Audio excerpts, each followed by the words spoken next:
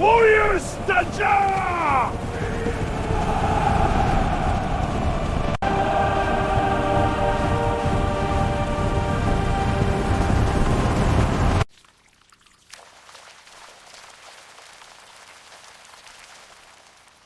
서기 751년 7월 중앙아시아 탈라스 강변 당나라와 이슬람의 아바스 왕조가 충돌하게 됩니다. 탈라스 전투 시작합니다. 서기 751년 7월 중앙아시아의 태양은 유난히 잔인하게 타올랐습니다. 탈라스 강변, 지금의 카자흐스탄과 키르기스스탄의 경계를 흐르는 그 강가에 인류 역사상 가장 결정적인 순간 중 하나가 조용히 준비되고 있었습니다. 강물은 여느 때처럼 유유히 흘렀지만 강 양편에 펼쳐진 광경은 평화와는 거리가 멀었습니다. 수만 개의 창끝이 햇살을 받아 번쩍이고 말발굽 소리가 대지를 울리며 서로 다른 언어로 외치는 함성이 허공을 가득 채웠습니다. 동쪽에서는 용의 깃발이 펄럭였습니다. 당나라, 인류 역사상 가장 강대하고 화려했던 제국 중 하나. 그 선봉에는 고구려 유민의 피를 이어받은 한 장군이 서 있었습니다. 고선지, 천산의 매라 불리던 그 산에 불가능을 가능으로 바꾸어온 그의 눈빛은 그날도 흔들리지 않았습니다. 서쪽에서는 검은 깃발이 바람을 갈랐습니다. 초승달의 문양을 앞세운 아바스 왕조의 대군. 우마이야 왕조의 잔재를 무너뜨리고 새로운 이슬람의 시대를 열었던 이들은 이제 실크로드의 동쪽 끝을 향해 거침없이 진격해오고 있었습니다. 두 문명이 맞부딪히는 이 순간을 후대의 역사가들은 이렇게 기록했습니다. 단 한 번의 전투가 향후 천년의 세계 질서를 바꾸어 놓았다고. 그러나 이 이야기를 단순히 동양 대 서양의 충돌로 읽는다면 우리는 그 안에 숨겨진 훨씬 더 위대하고 아이러니한 진실을 놓치게 됩니다. 탈라스 전투는 하나의 제국이 또 다른 제국에게 패배한 이야기가 아니었습니다. 이것은 인류 문명의 가장 위대한 유산 중 하나가 패배라는 형식을 빌려 세상 끝까지 전파된 이야기였습니다. 전쟁터에서 쓰러진 당나라 군사들의 손에는 칼만 쥐어져 있지 않았습니다. 그들 중 일부는 종이를 만들 줄 알았습니다. 그리고 그 지식은 포로가 된 몸을 통해 사마르칸트로, 바그다드로, 카이로로, 결국에는 유럽 전역으로 흘러들었습니다. 지식을 기록하는 종이가 서방으로 건너가던 그 순간 인류의 지성사는 완전히 새로운 장을 열기 시작했습니다. 패배한 자의 기술이 세상을 바꾸었습니다. 사라진 제국의 유산이 인류를 깨웠습니다. 탈라스 강변에서 흘린 피는 붉었지만 그 전쟁이 낳은 결실은 온 세상을 환하게 밝히는 지혜의 빛이었습니다. 지금 우리는 그 이야기에 처음으로 돌아갑니다. 파미르 고원의 눈바람 속으로, 서역의 모래바람 속으로, 그리고 고구려 유민의 아들이 세상의 끝에서 역사를 만들어가는 그 장엄한 여정 속으로. 서기 747년 봄, 당나라의 수도 장안에서 서쪽으로 수천 리 떨어진 곳에서 역사상 가장 무모하고 가장 위대한 군사작전 중 하나가 시작되었습니다. 안서절도사 고선지는 기병 1만 명을 이끌고 파미르 고원을 향해 진군 명령을 내렸습니다. 파미르, 세상의 지붕이라 불리는 그 산맥은 평균 해발 4,000m가 넘는 절벽과 빙하로 뒤덮인 땅이었습니다. 인간의 발길이 닿기 어렵고 닿는다 해도 고산증과 혹한이 먼저 군사들의 숨통을 조여오는 곳. 고선지는 그곳을 넘겠다고 했습니다. 단순히 넘는 것도 아니라 군대를 이끌고 넘어 적을 치겠다고 했습니다. 이것을 가능하게 한 사람이 대체 어떤 인물이었는지 우리는 먼저 그의 출발점으로 돌아가야 합니다. 고선지의 아버지 고사계는 고구려 출신이었습니다. 668년 나당 연합군에 의해 고구려가 멸망한 이후 수많은 고구려 유민들이 당나라의 지배 아래 살아가야 했습니다. 고사계도 그중 한 사람이었고 당나라 군대에서 장수로 복무하며 서역까지 이동하게 되었습니다. 그렇게 변방에서 태어난 아들이 고선지였습니다. 고구려의 피를 이어받은 그는 당나라 안에서 엄밀히 말해 이방인이었습니다. 순수한 한족 귀족들의 세계에서 변방 유민의 후손이 출세하는 것은 불가능에 가까운 일이었습니다. 하지만 고선지는 달랐습니다. 아버지로부터 물려받은 강인한 체력과 전술적 직관, 그리고 무엇보다 증명해야 한다는 집요한 의지가 그를 남들과 다른 길로 이끌었습니다. 어린 시절부터 군사훈련에 매진했던 고선진은 20대 초반에 이미 탁월한 기마술과 궁술로 이름을 날렸습니다. 당나라의 역사서인 구당서와 신당서는 고선지에 대해 용감하고 전략에 밝았으며 말을 잘 타고 활을 잘 쐈다고 기록하고 있습니다. 이러한 재능은 차츰 상관들의 눈에 띄었고 고선지는 서역 방면의 군사 지휘 계통 안에서 점차 두각을 나타내기 시작했습니다. 그러나 재능만으로는 부족했습니다. 이방인 출신 장수에게 당나라의 귀족 사회는 언제나 냉담했습니다. 고선지가 안서도 호부의 요직에 오르기까지는 아버지의 후광도 귀한 집안의 배경도 없었습니다. 오직 전장에서 직접 쌓아올린 공적과 신뢰만이 그의 자산이었습니다. 747년의 파미르 원정은 그런 고선지의 삶에서도 정점에 가까운 사건이었습니다. 당시 토번지금의 티베트과 연합한 소발률국이 당나라의 서역 지배에 저항하고 있었습니다. 소발률국은 파미르 고원 너머 길기트 계곡에 위치한 소국으로 토번의 비호 아래 당나라의 통제를 벗어나 있었습니다. 이 문제를 해결하기 위해 이미 두 차례의 원정이 실패로 끝난 상태였습니다. 고선지는 세 번째 원정의 지휘를 맡았습니다. 그가 선택한 경로는 누구도 예상하지 못한 것이었습니다. 평탄한 길을 버리고 해발 4,600m가 넘는 탄구령을 직접 넘는 루트. 말 그대로 하늘을 뚫고 적의 뒤를 치겠다는 발상이었습니다. 이 행군의 기록은 당시 종군했던 기록물과 후대의 사서에 일부 남아 있습니다. 군사들은 빙하 위를 걸으며 동상에 시달렸고 고산증으로 쓰러지는 병사들이 속출했습니다. 보급은 거의 불가능에 가까웠고 말들조차 발을 헛디뎌 절벽 아래로 사라지는 일이 반복되었습니다. 그럼에도 고선지는 멈추지 않았습니다. 결국 당나라군은 탄구령을 넘어 소발률국의 배후로 침투하는 데 성공했습니다. 기습을 당한 소발률국은 저항할 틈도 없이 항복했고 당나라의 권위는 파미르 너머까지 확장되었습니다. 이 승리의 소식이 장안에 전해지자 현종 황제는 크게 기뻐했으며 고선지는 일약 당나라 최고의 명장 반열에 올랐습니다. 이것이 천산의 매라는 별명이 붙은 이유였습니다. 하늘 높이 솟아오른 산맥도 매의 눈에는 그저 아래로 내려다 보이는 땅일 뿐이었습니다. 파미르 원정의 성공 이후 고선지의 영향력은 절정에 달했습니다. 748년과 749년에 걸쳐 그는 서역의 여러 소국들을 차례로 복속시키며 당나라의 서쪽 경계를 인류 역사상 가장 멀리 밀어붙였습니다. 지금의 아프가니스탄, 파키스탄 북부, 타지키스탄에 해당하는 지역들이 당나라의 영향권 아래에 들어왔습니다. 장안의 당나라 조정은 이 소식에 환호했습니다. 당 현종의 치세는 문화적으로나 군사적으로나 전성기를 구가하고 있었고 고선지의 연승은 그 화려함을 더욱 빛내주는 장식이었습니다. 장안의 귀족들은 서역에서 온 포도주를 마시고 서역의 음악을 즐기며 제국의 영광에 도취되어 있었습니다. 하지만 바로 그 도취 속에서 균열이 싹트고 있었습니다. 750년 고선지는 석국, 지금의 우즈베키스탄 타슈켄트에 해당하는 도시 국가에 대한 원정을 감행했습니다. 석국은 당나라에 표면적으로 복속의 자세를 취하면서도 아바스 왕조와 몰래 교통하고 있다는 의심을 받고 있었습니다. 고선지는 석국을 향해 진군했고 석국 왕은 항복의 사절을 보내며 협상을 요청했습니다. 그런데 고선지는 항복한 석국 왕을 장안으로 압송한 뒤 처형하도록 했습니다. 이것은 외교적으로 명백한 신의 위반이었습니다. 항복한 자를 보호하는 것은 당시 어느 문명권에서도 통용되는 기본적인 원칙이었는데 고선지는 그것을 무시했습니다. 이유가 무엇이었든 아마도 전공을 세워 귀국하려는 욕심이었든 아니면 석국이 주변 세력에게 본보기가 되어야 한다는 냉정한 계산이었든 결과는 참혹했습니다. 석국 왕의 아들이 간신히 탈출하여 서쪽으로 도망쳤습니다. 그리고 그는 아바스 왕조의 문을 두드렸습니다.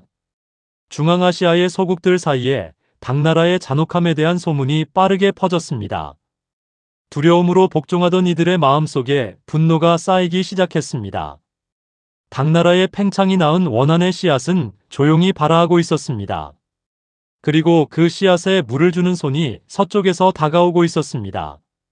이 시점에서 잠시 멈추어 당나라 군대의 실체를 들여다볼 필요가 있습니다. 고선지가 이끄는 군대는 단순한 병력의 집합이 아니었습니다. 당나라의 안서도 호부를 기반으로 한 서역 주둔군은 다양한 민족과 출신 배경을 가진 정예 부대였습니다. 특히 주목할 것은 당나라 군대의 핵심 무기 중 하나였던 노, 즉 쇠뇌였습니다. 당나라의 쇠뇌 기술은 당시 세계 최고 수준이었으며 강력한 발사력과 정확도를 갖춘 이 무기는 기병 돌격을 저지하는 데 매우 효과적이었습니다. 고선지 휘하의 보병들은 이 쇠뇌를 능숙하게 다루며 조직적인 방어진을 구축하는 훈련을 받았습니다. 또한 당나라 군대에는 고선지의 가장 믿음직스러운 부장 이사업이 있었습니다. 이사업은 당나라 기록에 키가 7척이 넘고 힘이 장사라고 묘사된 인물로 긴 장병기인 낭당을 다루는데 천하의 적수가 없었다고 전해집니다. 이사업이 전장에서 낭당을 휘두르면 앞에 서는 자가 없었다는 기록은 과장을 걷어내더라도 그가 당시 최고 수준의 전사였음을 말해줍니다. 고선지와 이사업, 이 두 사람의 조합은 당나라의 서역 지배를 상징하는 이름이었습니다. 그리고 751년 여름, 이 두 장수는 탈라스 강변에서 그들 생애 최고의 시험을 앞두고 있었습니다. 파미르를 넘고 석국을 복속시키는 동안 고선지는 어쩌면 자신이 영원히 이길 수 있다고 믿었을지도 모릅니다. 실제로 그에게 패배는 거의 없었습니다. 산을 넘고 사막을 건너며 그는 언제나 이겼습니다. 그 승리들이 쌓여 만들어진 확신은 어쩌면 그의 가장 큰 약점이 되어가고 있었는지도 모릅니다. 중앙아시아의 소국들은 당나라를 두려워했습니다. 하지만 두려움과 충성은 다른 것이었습니다. 고선지와 당나라의 조정이 그 차이를 충분히 헤아리지 못했을 때 역사는 이미 다음 페이지를 준비하고 있었습니다. 서쪽 지평선 너머 검은 깃발이 바람에 나부끼기 시작했습니다.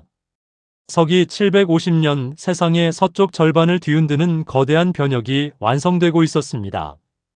다마스쿠스를 수도로 삼아 광대한 이슬람 제국을 통치하던 우마이야 왕조가 무너졌습니다. 661년부터 약 90년간 이슬람 세계를 지배해온 왕조의 마지막 칼리프 마르완 2세는 이집트까지 도망쳤다가 결국 살해되었습니다. 그 자리를 채운 것은 검은 깃발 아바스 왕조였습니다. 그러나 아바스 왕조의 탄생을 단순한 왕조 교체로 읽어서는 안 됩니다. 이것은 이슬람 세계 내부의 근본적인 균열이 폭발한 결과였습니다.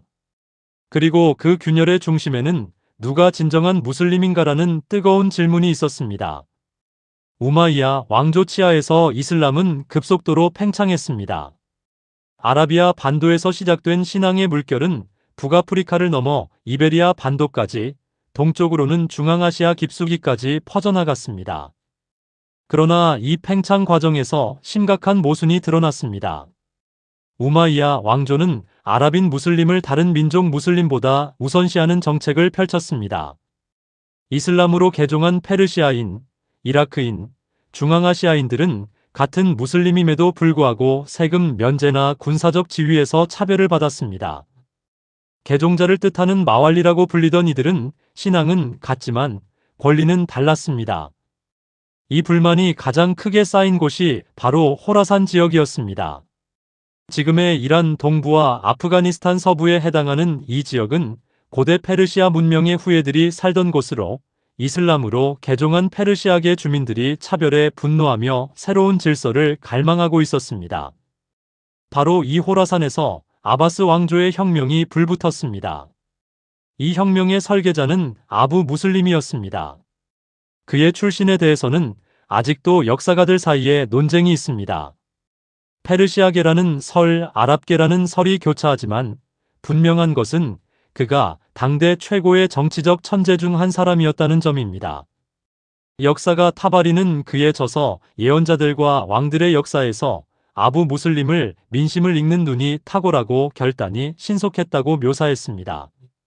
아부 무슬림은 호라산의 불만 세력을 규합하며 조직적으로 혁명을 준비했습니다. 그의 선전은 단순했지만 강력했습니다. 이슬람 안에서 모든 무슬림은 평등하다. 아랍인이든 페르시아인이든 차별은 없다. 이 메시지는 오랫동안 억눌려 있던 마왈리 계층의 심장에 불꽃을 질렀습니다. 747년 아부 무슬림은 호라산에서 공개적으로 반란의 기치를 올렸습니다. 검은 깃발, 검은 의복. 아바스가의 상징 색깔인 검정은 이슬람 전통에서 애도와 정의를 동시에 상징했습니다. 혁명군은 들불처럼 번져나갔고 불과 3년 만에 우마이야 왕조를 붕괴시켰습니다. 그리고 이 혁명의 성공을 바탕으로 아바스 왕조의 초대 칼리프 아불 아바스 사파가 선포되었습니다. 권력의 중심은 다마스쿠스에서 메소포타미아로 옮겨갔고 훗날 바그다드에 새 수도가 건설되었습니다. 아바스 혁명이 완성된 직후 새 왕조는 즉시 동방 문제에 주목했습니다. 당나라가 중앙아시아에서 소국들을 압박하며 영향력을 확장하고 있다는 소식은 아바스 조정에도 충분히 전해져 있었습니다. 석국 왕의 아들이 아바스 왕조를 찾아온 것은 바로 이 시점이었습니다. 그는 아버지가 항복 이후 처형당한 사실을 고하며 당나라에 대한 응징을 요청했습니다. 아바스 왕조 입장에서 이것은 단순한 복수 요청이 아니었습니다. 중앙아시아 진출을 위한 명분이자 실크로드의 서쪽 패권을 굳건히 하기 위한 절호의 기회였습니다. 아부 무슬림은 동방 원정의 지휘를 지아드 이븐 살리흐에게 맡겼습니다. 지아드는 호라산 혁명의 공신 중 한 사람으로 아부 무슬림의 신임을 깊이 받고 있던 인물이었습니다. 군사적 재능과 함께 외교적 감각도 뛰어났던 그는 단순히 적을 무너뜨리는 것을 넘어 중앙아시아의 소국들을 아바스의 편으로 끌어들이는 정치적 역할도 동시에 수행할 수 있는 인물이었습니다. 지아드의 군대는 단일한 집단이 아니었습니다. 아랍계 정예 기병, 페르시아계 보병, 그리고 당나라의 압제에 분노한 중앙아시아 소국들의 연합군. 이들을 하나로 묶는 것은 이슬람이라는 신앙의 연대였습니다. 신앙은 언어와 민족의 차이를 초월하는 결속력을 제공했고, 이것이 아바스 군대의 가장 강력한 무기 중 하나였습니다. 이 시기 아바스 왕조가 품고 있던 에너지를 이해하려면 당시 이슬람 세계가 경험하고 있던 지적, 문화적 폭발을 함께 보아야 합니다. 아바스 왕조는 단순한 정복 국가가 아니었습니다. 이들은 정복지의 문명을 흡수하고 발전시키는 놀라운 능력을 가지고 있었습니다. 그리스 철학, 페르시아 행정체계, 인도의 수학. 아바스 왕조는 이 모든 것을 아랍어라는 하나의 언어로 통합하며 인류 역사상 유례없는 지식의 용광로를 만들어가고 있었습니다. 9세기에 바그다드에 세워질 지혜의 집바이트 알 히크마은 이 열정의 결정체가 될 것이었지만 그 씨앗은 이미 750년대에 깊이 뿌리를 내리고 있었습니다. 지아드의 군대가 동쪽으로 진군할 때 그들의 등 뒤에는 이 살아 숨쉬는 문명의 에너지가 실려 있었습니다. 새로운 세계를 열겠다는 신념, 이슬람의 빛을 동방 끝까지 전하겠다는 열정. 이것은 단순한 영토 욕심이 아니라 하나의 문명이 세상을 향해 뿜어내는 뜨거운 숨결이었습니다. 지아드가 군대를 이끌고 서르다리아 강 유역으로 진출하는 동안 중앙아시아의 소국들은 저마다 생존을 위한 계산을 하고 있었습니다. 당나라의 압박과 아바스 왕조의 진출 사이에서 이들에게는 두 가지 선택지만 있었습니다. 석국의 사례는 강력한 교훈이었습니다. 당나라에 항복했다가 왕이 처형당한 석국의 비극은 중앙아시아 전역에 퍼져 있었습니다. 이 소식을 들은 소국들은 하나둘씩 아바스 쪽으로 기울기 시작했습니다. 그 중에서도 특히 주목해야 할 세력이 있었습니다. 고선지의 군대와 함께 탈라스로 진군했던 카를루크족이었습니다. 유목 기마 민족인 카를루크족은 당시 텐샨 산맥 북쪽 지역을 근거지로 삼고 있었으며 당나라와는 표면적인 동맹 관계를 유지하고 있었습니다. 그러나 그들의 마음속에는 오랜 원한이 쌓여 있었습니다.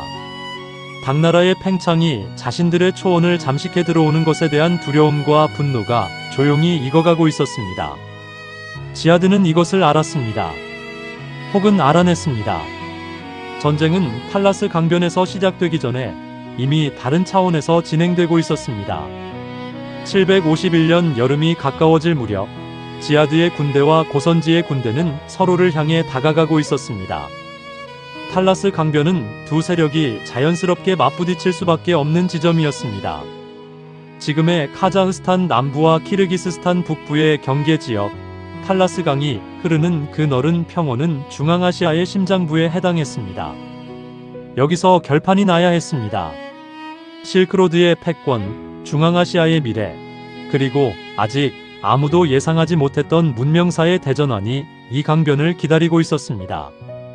751년 7월, 탈라스 강변의 아침은 고요했습니다. 강물은 텐샨 산맥의 만년설이 녹아 흘러든 차가운 물을 머금은 채 조용히 흘렀습니다. 갈대밭이 바람에 흔들리고 멀리 산봉우리에는 이른 아침 안개가 걸려 있었습니다.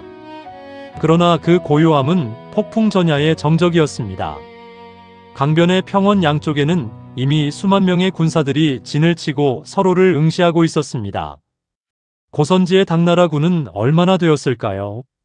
기록에 따라 차이가 있지만 구당서와 신당서의 기록을 종합하면 약 2만에서 3만에 이르는 병력이었다고 추정됩니다.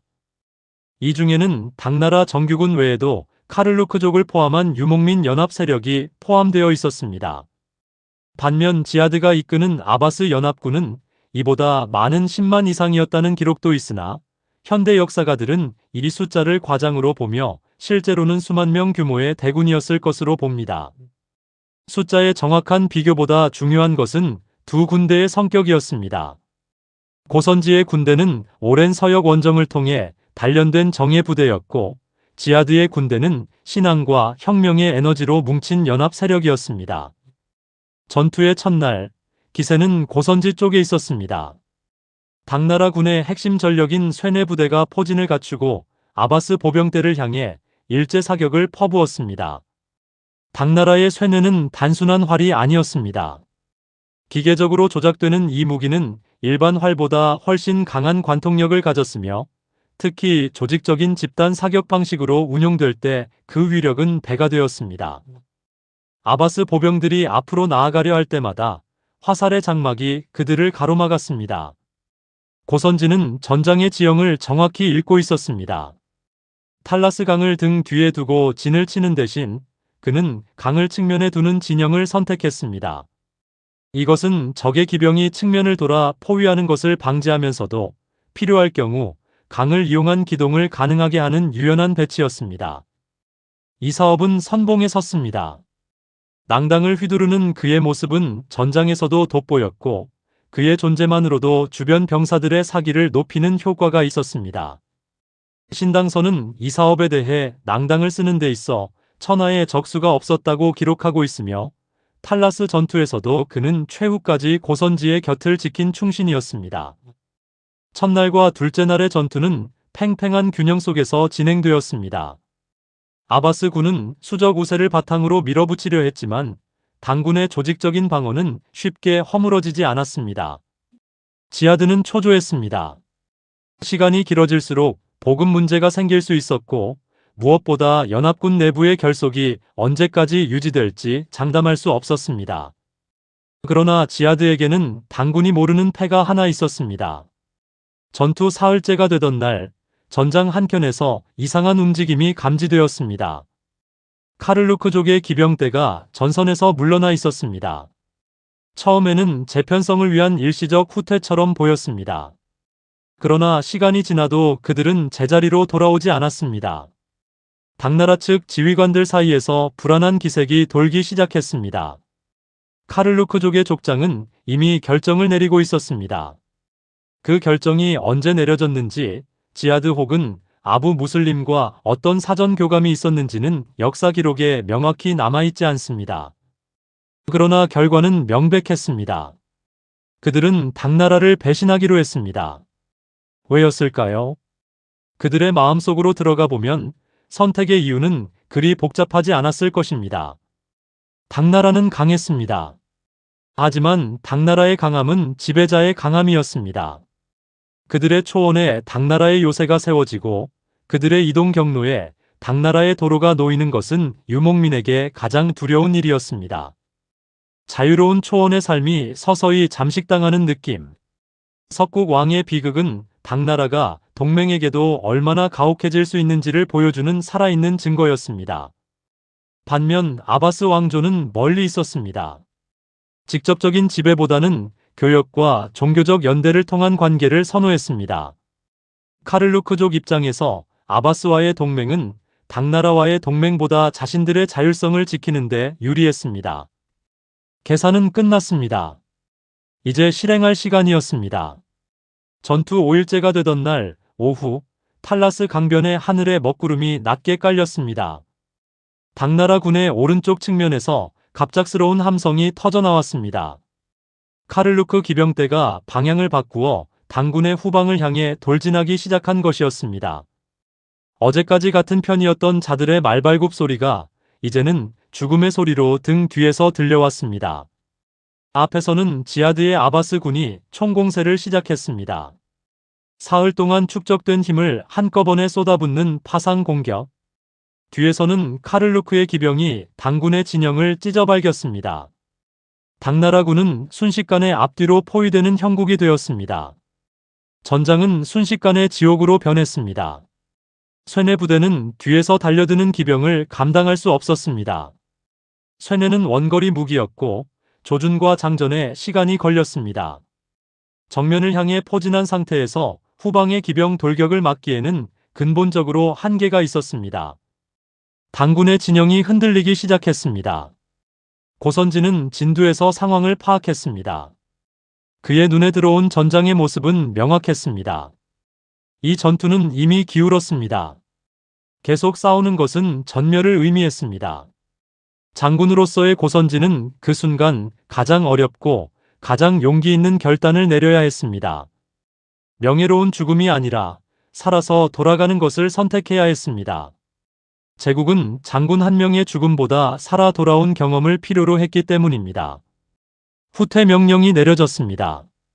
그러나 퇴로는 이미 반쯤 막혀 있었습니다.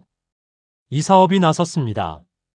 낭당을 손에 들고 그는 카를루크 기병대와 아바스 군이 교차하는 혼전 속으로 뛰어들었습니다.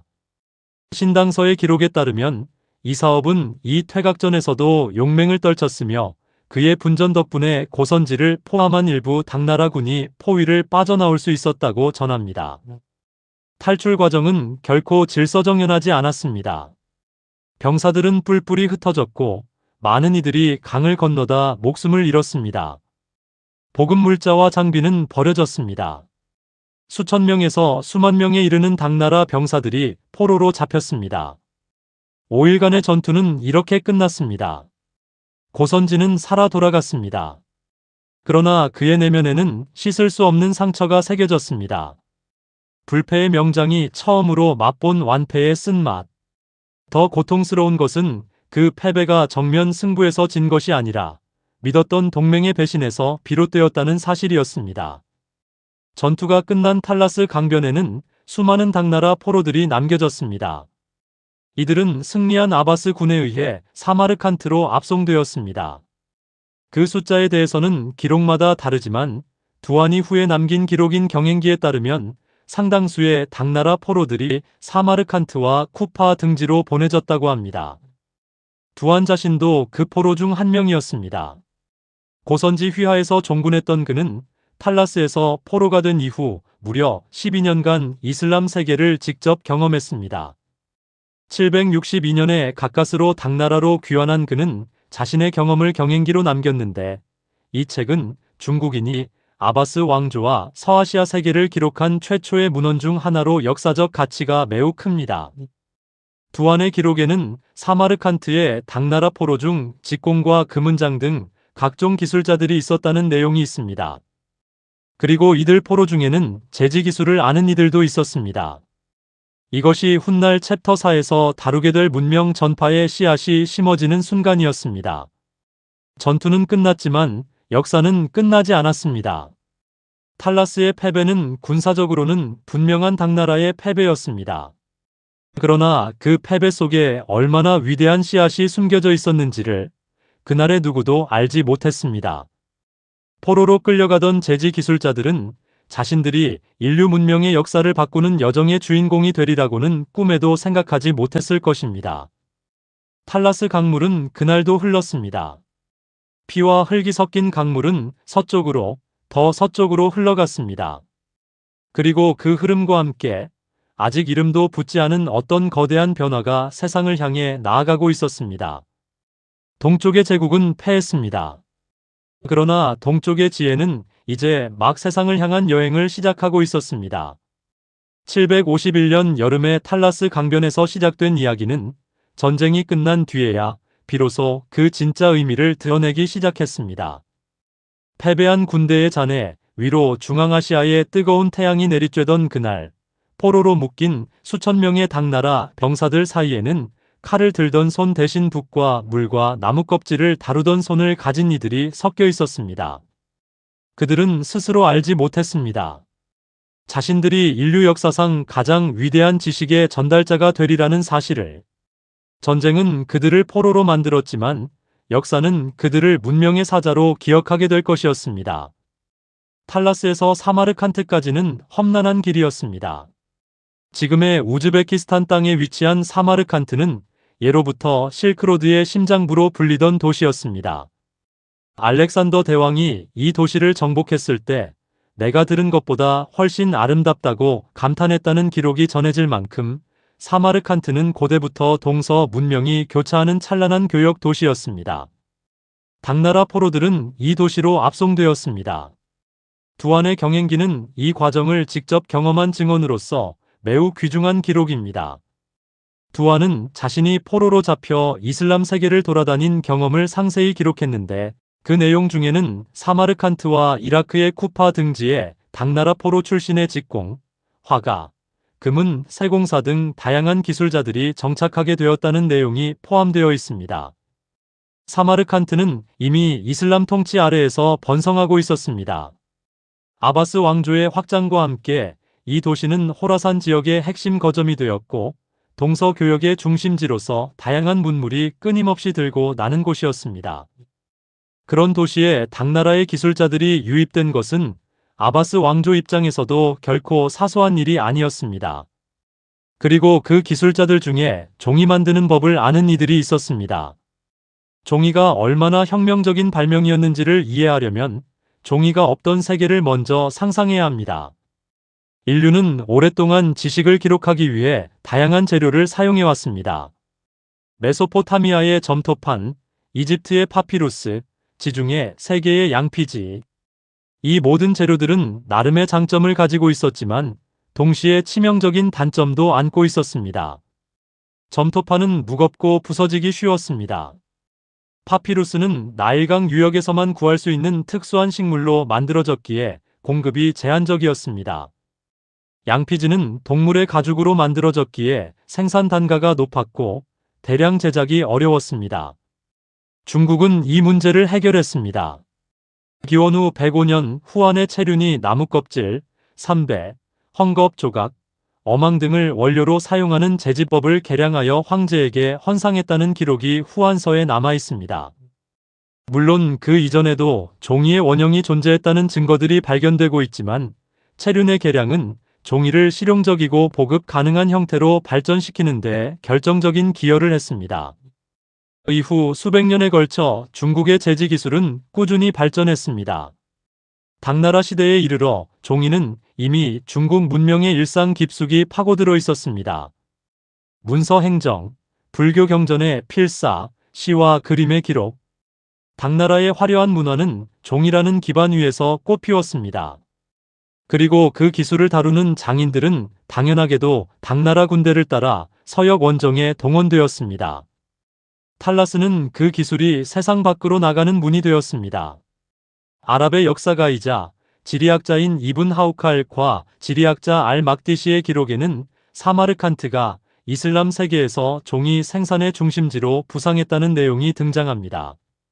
특히 알 막디시는 10세기에 저술한 지리서 아흐산 알타카심에서 사마르칸트의 종이가 이슬람 세계 전역으로 수출되었다고 기록했습니다. 사마르칸트에서 종이 생산이 시작된 시점은 탈라스 전투 이후로 보는 것이 역사학계의 일반적인 견해입니다. 물론 이 전파 경로가 탈라스 전투의 포로들에 의한 것인지 아니면 그 이전부터 실크로드를 통해 조금씩 흘러들어온 기술이 탈라스 이후 가속화된 것인지에 대해서는 아직 학자들 사이에 논의가 계속되고 있습니다. 그러나 분명한 것은 751년을 전후하여 이슬람 세계의 종이 생산이 본격화되었다는 사실입니다. 두안의 경행기에 등장하는 사마르칸트의 당나라 기술자 묘사는 비록 제지수를 직접적으로 언급하지는 않지만 다양한 분야의 당나라 기술이 이슬람 세계로 유입되었음을 보여주는 중요한 증거입니다. 그리고 이 기록과 아랍 지리학자들의 증언을 종합하면 사마르칸트의 제지 기술 습득이 탈라스 전투와 밀접하게 연관되어 있다는 연결고리는 매우 설득력 있게 성립됩니다. 종이를 만드는 기술은 생각보다 복잡했습니다. 원료를 물에 불려 섬유질을 분리하고 이를 고르게 펼쳐 틀 위에서 말리는 과정. 각 단계마다 경험과 감각이 필요했고 글로 읽어서는 배울 수 없는 장인의 손끝 감각이 전수되어야 했습니다. 포로가 된 당나라 기술자들은 바로 그 살아있는 지식을 몸 안에 담고 있었습니다. 그들이 사마르칸트의 작업장에서 이슬람 세계의 장인들에게 종이 만드는 법을 가르치던 그 순간 역사의 톱니바퀴는 조용하지만 돌이킬 수 없는 방향으로 돌아가기 시작했습니다. 사마르칸트에서 시작된 제지술은 빠르게 서쪽으로 퍼져나갔습니다. 793년에는 바그다드에 제지소가 설립되었습니다. 이것은 탈라스 전투로부터 불과 40여 년 만의 일이었습니다. 아바스 왕조의 수도 바그다드에 종이 생산 시설이 들어선다는 것은 단순한 공방 하나가 생긴 것을 의미하지 않았습니다. 그것은 지식 생산과 유통의 혁명이 시작되었음을 의미했습니다.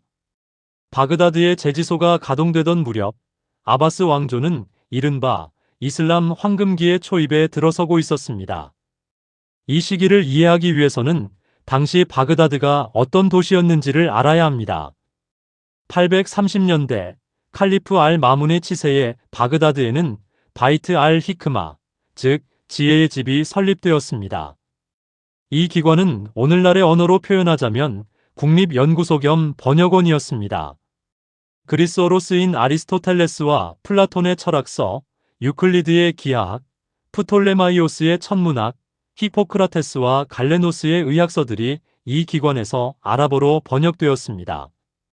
인도의 수학서도 이곳에서 아랍어로 옮겨졌고 이 과정에서 인도 숫자, 체계, 즉 오늘날 우리가 사용하는 아라비아 숫자의 원형이 이슬람 세계에 전파되었습니다. 이 모든 지적 활동의 물리적 기반이 종이었습니다. 양피지였다면 불가능했을 일이었습니다. 아리스토텔레스 전집을 양피지로 필사하려면 수백 마리의 양이 필요했고 그 비용은 웬만한 귀족의 재산을 넘어섰습니다. 그러나 종이는 달랐습니다. 상대적으로 저렴하고 가벼우며 대량 생산이 가능했습니다. 종이의 보급은 지식을 소수의 특권이 아닌 더 많은 이들이 접근할 수 있는 공공재로 바꾸어 놓았습니다.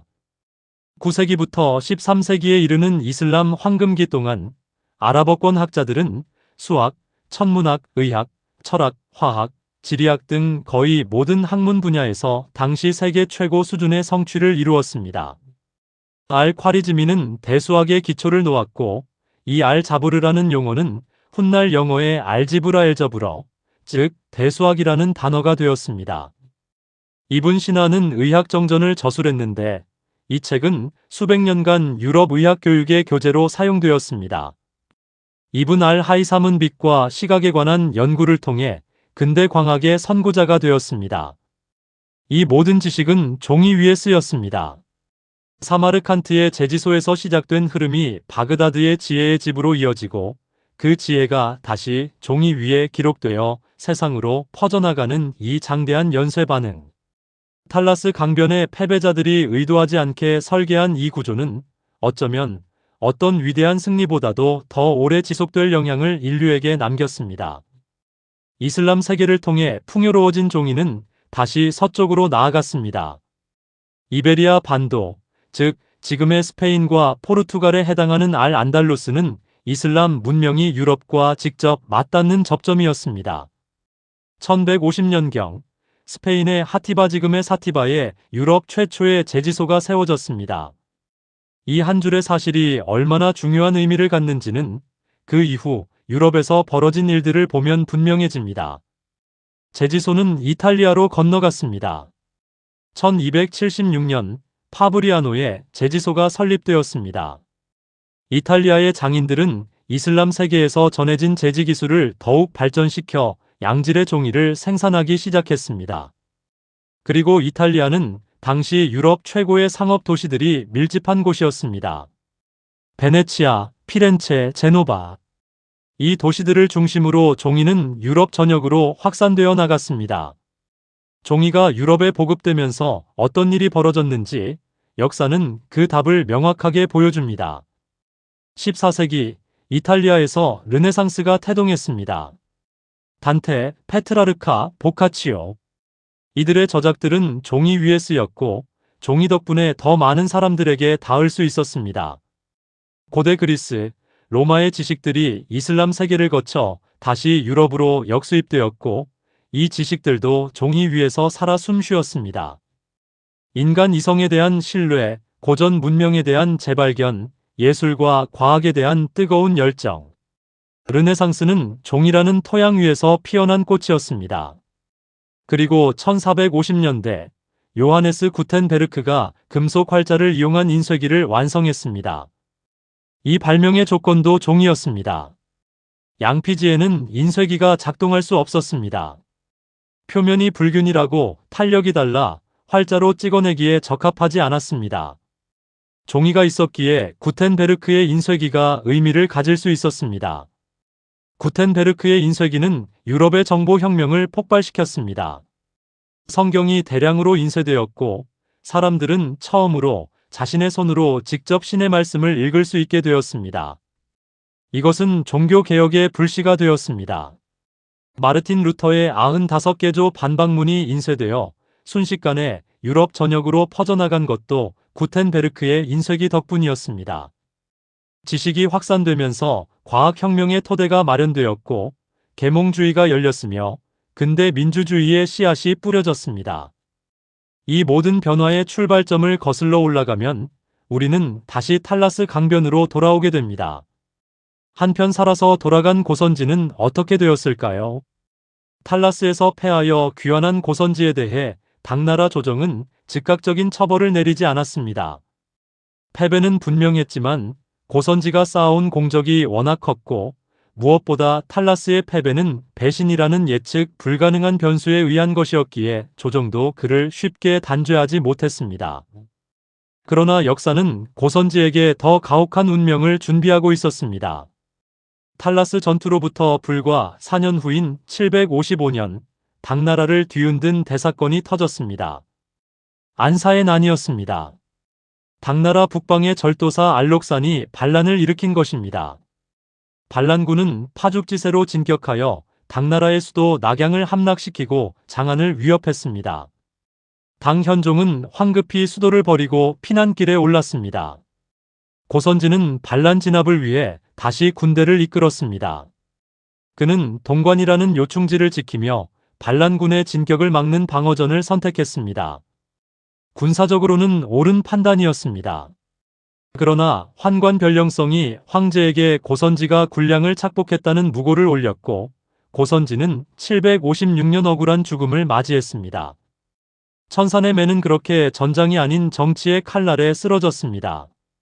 그의 죽음은 비극이었습니다.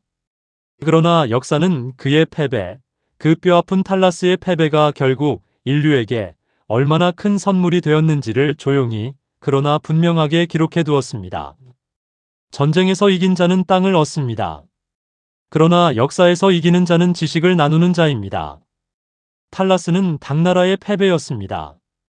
중앙아시아의 주도권은 이슬람 세계로 넘어갔고 당나라는 파미르 너머의 영향력을 영영 회복하지 못했습니다.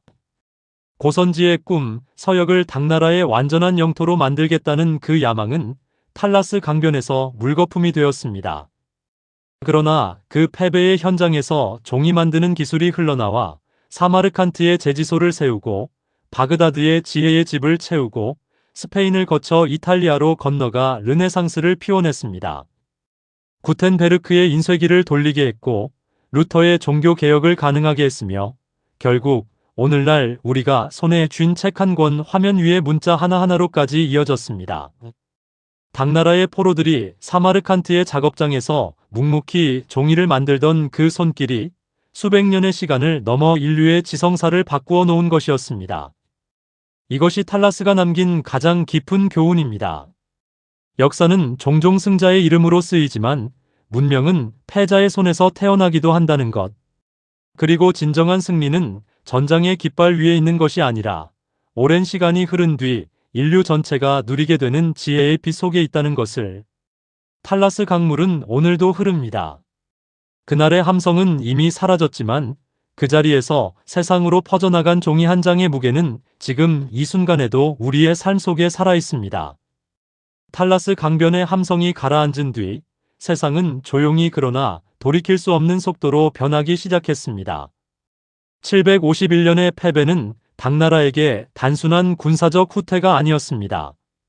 그것은 하나의 시대가 저물기 시작하는 신호였습니다.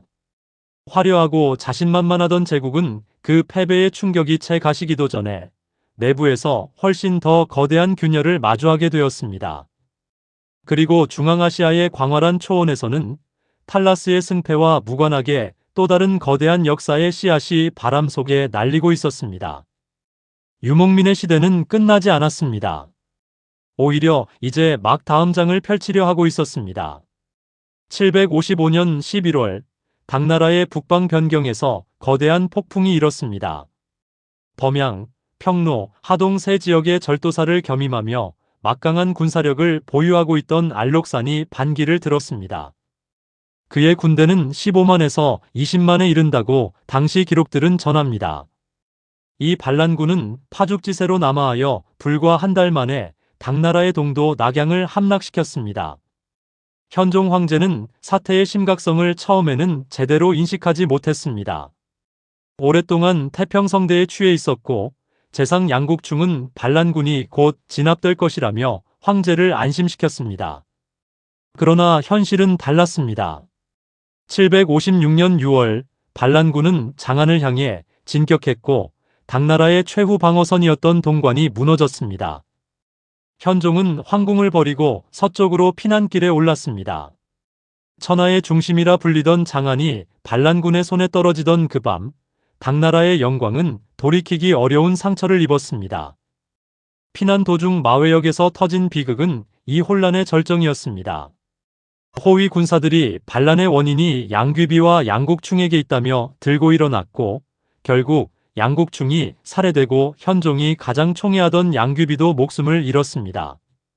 시인 백거이가 훗날 장안가에서 이 비극을 노래했을 때 그것은 단순히 한 여인의 죽음이 아니라 한 시대의 죽음을 애도하는 노래였습니다. 안사의 난은 763년에 가서야 완전히 진압되었습니다. 8년에 걸친 이 내란 동안 당나라가 입은 상처는 헤아리기 어려울 만큼 깊었습니다. 인구는 급감했습니다. 역사학자들은 전쟁 전후의 호구 기록을 비교하여 이 시기에 수천만 명에 달하는 인구 감소가 있었음을 지적합니다. 북방의 농경지는 황폐화되었고 당나라의 중앙 집권 체제는 사실상 붕괴 수준으로 약화되었습니다. 탈라스에서 이미 흔들리기 시작한 제국의 기둥이 안사의 난이라는 내부의 지진으로 완전히 기울어진 것이었습니다. 당나라가 내전의 불길 속에서 신음하는 동안 중앙아시아에서는 조용하지만 훨씬 더 근본적인 변화가 진행되고 있었습니다. 탈라스 이후 아바스 왕조의 영향력은 중앙아시아 깊숙이 파고들었습니다. 그러나 이 과정은 칼과 창만으로 이루어진 것이 아니었습니다. 이슬람의 확산은 군사적 정복과 더불어 교역 네트워크와 종교적 설득이라는 훨씬 유연하고 지속적인 방식으로 진행되었습니다. 소그드인들의 역할이 여기서 중요합니다. 사마르칸트와 부하라를 중심으로 한 소그드인들은 고대부터 실크로드 교역의 주역이었습니다. 이들은 동쪽으로는 당나라, 서쪽으로는 페르시아와 로마 세계를 연결하는 상인 집단으로 언어적 재능과 상업적 감각으로 유명했습니다. 이슬람이 확산되면서 소그드인들은 새로운 종교를 받아들이고 이슬람 상인으로 활동하며 중앙아시아의 이슬람화를 촉진하는 역할을 했습니다. 페르시아 문화와 이슬람 신앙이 결합되면서 중앙아시아 각지에서는 독특한 이슬람 문화가 형성되기 시작했습니다. 아랍어가 종교와 학문의 언어로 자리 잡았지만 페르시아어는 여전히 행정과 문학의 언어로 살아남아 이슬람 문명의 또 다른 기둥이 되었습니다. 9세기에서 10세기 사이 중앙아시아는 이슬람 문명의 동쪽 끝이자 가장 활기찬 변방으로 탈바꿈하고 있었습니다. 그러나 이 모든 변화 속에서도 결코 바뀌지 않는 것이 있었습니다. 초원이었습니다. 그리고 초원의 주인들이었습니다. 농경 제국들은 흥망성쇠를 거듭했습니다. 당나라는 기울었고 아바스 왕조도 영원하지 않을 것이었습니다. 그러나 텐샨 산맥 북쪽의 광활한 초원, 알타이 산맥에서 흘러내리는 강들이 적시는 그 드넓은 대지는 언제나 그 자리에 있었습니다. 그리고 그 위를 달리는 유목민들의 삶도 제국의 부침과 무관하게 이어지고 있었습니다. 탈라스 전투의 운명을 가른 카를루크족을 기억하십니까? 고선지의 등 뒤에 칼을 꽂아 당나라를 패배시킨 그 유목 민족. 그들의 배신 혹은 그들의 선택은 탈라스의 결과를 바꾸었습니다. 그러나 카를루크족이 가르쳐준 더 깊은 교훈은 이것이었습니다. 초원의 민족은 어느 제국에도 완전히 귀속되지 않는다는 것. 그들은 필요에 따라 동맹을 선택하고 필요에 따라 그것을 버렸습니다. 그들의 충성은 이념이 아니라 생존의 논리를 따랐습니다. 이 논리는 수백 년에 걸쳐 초원 전역에서 작동하고 있었습니다. 돌골이 분열되고 쇠락한 뒤 위구르가 초원의 패자로 등장했습니다. 위구르는 안사의 난으로 혼란에 빠진 당나라를 군사적으로 지원하며 막대한 이익을 챙겼습니다. 그러나 위구르 역시 영원하지 않았습니다. 840년 예니세이 강 유역에서 남하한 키르기스족에게 위구르는 무너졌습니다. 초원의 패권은 이렇게 끊임없이 순환했습니다. 한 민족이 흥하면 다른 민족이 기울었고 기운 민족은 흩어져 다른 곳으로 이동하며 또 다른 역사의 씨앗이 되었습니다. 이 초원의 역동성, 이 끊임없는 순환과 이동의 에너지는 농경 문명이 결코 완전히 제압할 수 없는 힘이었습니다. 탈라스 전투가 벌어진 751년으로부터 시선을 북쪽으로, 더 북쪽으로 돌려봅니다. 지금의 몽골 고원, 고비 사막의 북쪽, 한가이 산맥과 켄티 산맥이 둘러싼 그 광활한 땅. 당시 이 지역은 위구르의 지배권 아래에 있었지만 그 안에서 수많은 부족들이 저마다의 삶을 이어가고 있었습니다. 이들 부족 중에 니루넨 아이알류엔이라 불리는 몽골계 부족 연합이 있었습니다. 이 부족들은 아직 역사의 중심 무대에 오르지 않았습니다. 그들의 이름은 당나라나 아바스 왕조의 기록에 거의 등장하지 않습니다. 그들은 여전히 초원의 변방에서 양과 말을 키우고 계절을 따라 이동하며 살아가고 있었습니다. 그러나 초원에는 눈에 보이지 않는 힘이 축적되고 있었습니다. 탈라스 이후 당나라가 쇠약해지면서 동쪽 초원에 대한 통제력이 급격히 약화되었습니다. 안사의 난으로 당나라가 내부를 수습하기에 급급해지면서 북방 초원에 대한 간섭은 사실상 중단 수준에 이르렀습니다. 이것은 초원의 부족들에게 숨쉬는 공간을 주었습니다. 위구르가 840년의 키르기스족에게 무너진 뒤 몽골 고원에는 어떤 민족도 완전한 패권을 장악하지 못하는 공백기가 이어졌습니다. 부족들은 서로 싸우고 연합하고 다시 흩어지기를 반복했습니다. 그 혼돈의 시간 속에서 역사가 다음 페이지를 쓸 준비를 하고 있었습니다. 탈라스에서 카를루크족이 보여준 것, 즉 유목 기병의 결정적 개입이 거대한 제국의 운명을 바꿀 수 있다는 사실은 초원 전역의 하나의 가능성으로 각인되어 있었습니다. 말을 달리는 자, 활을 쏘는 자, 바람처럼 이동하는 자들이 거대한 성벽을 세운 자들을 이길 수 있다는 것. 이 가능성의 씨앗은 초원의 모든 부족들이 공유하는 집단적 기억이 되어가고 있었습니다. 몽골 고원의 밤하늘 아래 아직 이름도 알려지지 않은 부족의 아이들이 말등 위에서 활 쏘는 연습을 하고 있었습니다. 그들은 탈라스를 몰랐습니다. 고선지도 지하드도 몰랐습니다. 그러나 그들이 몸으로 익히고 있는 것들, 말과의 일체감, 광활한 거리를 무기로 삼는 전술, 정주 문명의 약점을 파고드는 유목의 지혜는 탈라스 이후의 세계가 만들어낸 공백 속에서 더욱 깊이 뿌리를 내리고 있었습니다. 탈라스 이후 중앙아시아를 가로지르는 실크로드는 이슬람 세계의 품 안에 들어갔습니다. 아바스 왕조의 상인들과 학자들이 이 길을 오가며 동서의 물산과 지식을 교환했습니다. 당나라의 비단과 도자기는 여전히 서쪽으로 향했고 서쪽의 유리와 향료는 여전히 동쪽으로 흘렀습니다. 전쟁이 끝나도 교역은 멈추지 않았습니다. 인간의 욕망과 필요는 어떤 전쟁의 결과보다도 강했습니다. 그러나 실크로드를 통해 흐르는 것이 물건만이 아니었음을 우리는 이미 알고 있습니다. 종이가 흘렀습니다. 지식이 흘렀습니다. 신앙이 흘렀습니다. 그리고 그 길을 따라 끊임없이 이동하는 유목민들의 정보망도 흘렀습니다. 초원의 민족들은 실크로드의 주인이 누구인지에 관계없이 언제나 그 길을 달렸습니다. 그들에게 국경은 없었고 정해진 주인도 없었습니다. 이것이 초원 문명의 본질이었습니다. 정주하지 않기에 어디에도 속하지 않고 어디에도 속하지 않기에 어디에나 있을 수 있었습니다. 그리고 어디에나 있었기에 역사의 결정적인 순간에 언제나 그 자리에 있었습니다. 탈라스는 그 진실을 가장 극적으로 보여준 사건이었습니다. 두 거대 제국이 맞부딪힌 그 전장에서 최후의 승패를 결정한 것은 어느 제국에도 속하지 않는 유목민의 선택이었습니다. 카를루크족의 기병이 방향을 바꾸지 않았다면 탈라스의 결과는 달라졌을 것입니다. 그리고 역사는 전혀 다른 방향으로 흘렀을지도 모릅니다. 이처럼 초원은 언제나 역사의 변수였습니다. 계산되지 않은 힘, 예측되지 않은 에너지. 그것이 초원이 세계사에 던지는 끊임없는 질문이었습니다. 그 질문에 가장 거대한 답을 내놓을 자들이 탈라스로부터 멀지 않은 북쪽 초원에서 조용히 자라고 있었습니다. 탈라스 강물은 그날 이후에도 멈추지 않았습니다. 전투가 끝난 강변에 가을이 찾아왔습니다. 여름 내 발자국으로 짓밟혔던 강변의 풀들이 다시 돋아났고 갈대밭은 바람에 흔들리며 제 목소리를 되찾았습니다. 자연은 인간의 전쟁을 기억하지 않습니다.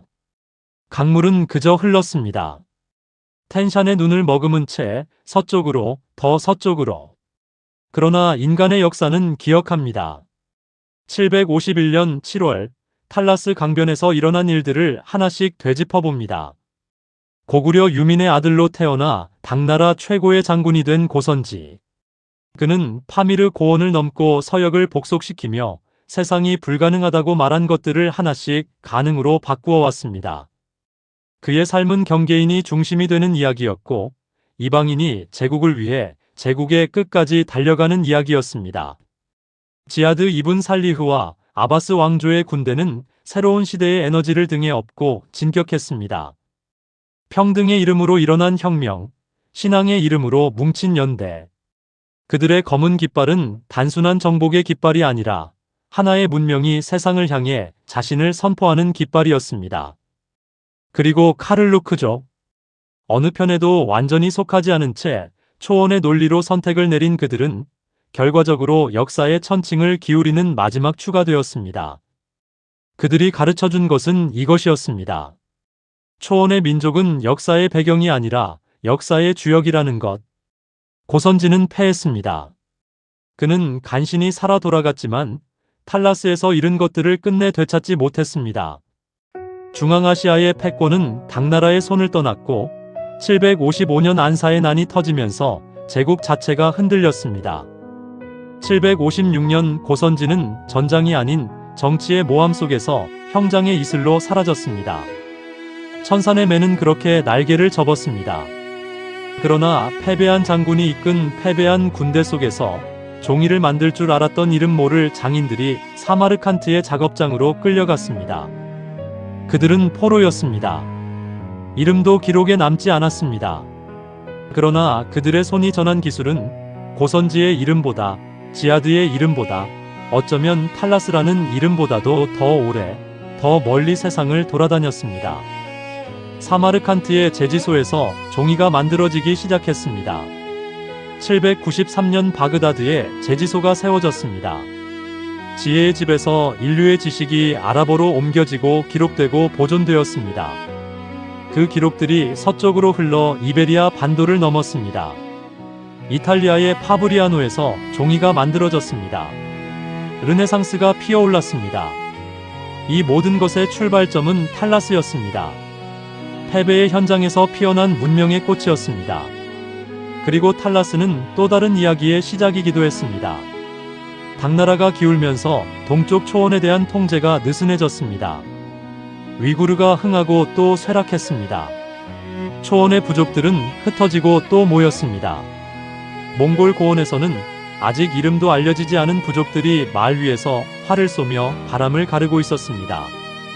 그들은 탈라스를 몰랐지만 탈라스가 열어놓은 공백 속에서 자라고 있었습니다. 카를루크의 기병이 탈라스 강변에서 방향을 바꾸던 그 순간 단지 하나의 전투가 결정된 것이 아니었습니다. 중앙아시아의 주인이 바뀌었고 실크로드의 질서가 새로 짜였으며 유목민이 역사의 결정자가 될 수 있다는 것이 다시 한번 세상에 증명되었습니다.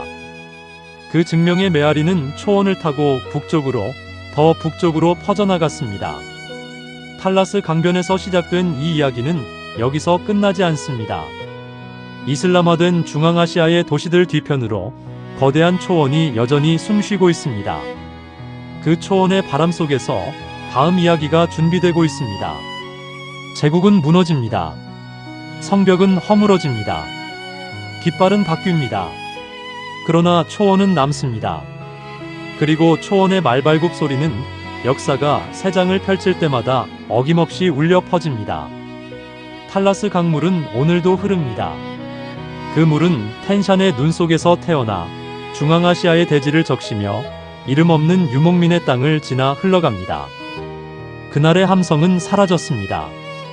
고선지의 이름을 외치던 목소리도, 알라의 이름을 부르던 목소리도, 카를루크 기병의 말발굽 소리도 모두 강물 속으로 잠겼습니다. 그러나 강은 기억합니다.